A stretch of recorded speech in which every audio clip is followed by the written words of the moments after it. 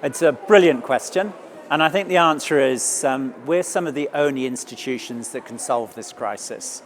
Because as you said, we have the science, we have the public communication, and that's unusual. You don't often find scientific research institutes with public communication, and we have the trust. And if you bring all those things together, I think we are some of the only institutions in the world that can do what we like to describe as create advocates, inspire people to care, inspire them to care enough to take action. And if enough of us care and enough of us takes action, we can solve these problems.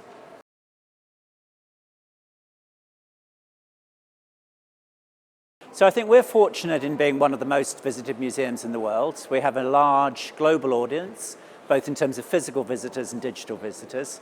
And I think what we're trying to be is just one of the beacons, if you like. We're changing all of our programming, our entire strategy around this concept of creating advocates of the planet, around making sure that as you begin to see our public programming, it'll just be about, not in a preachy way, but helping citizens understand the risks, the challenge, the twin crises we face of climate and biodiversity, and helping them understand that this is a crisis we can solve. But to solve it, we need everybody, people, companies, and governments to get together. And that's what we're trying to do as an example, and we very much hope that everybody will join with us in that, so it can become a global movement.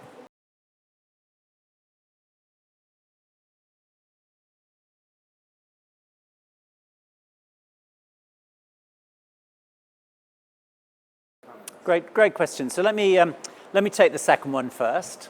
I think you have to go back to what's your museum about. It's about the collection, it's about the research, it's about the public communication.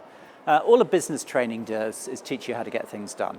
What's special about museums is the mission, the quality of the people, and the passion. So if you get a business person who doesn't understand that, you've probably got the wrong business person.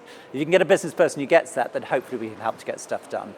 And then on the public-private, as you know, different museums in different countries have very different funding models. The US is primarily private. A lot of Spain or France will be or Germany will be primarily public. The UK is sort of half in between. We're half private, half public. I think there are risks, of course, because you've got to be very thoughtful about who do you take support for, are they doing the right thing? But there's one huge advantage, which is if you're in dialogue with corporations, if you're talking to them about supporting the programs and that, then you can begin to have a conversation with companies about, well, what can they do to help? And to solve these crises, climate and biodiversity, we need people, companies, and governments. And hopefully we can talk to companies, governments, and people.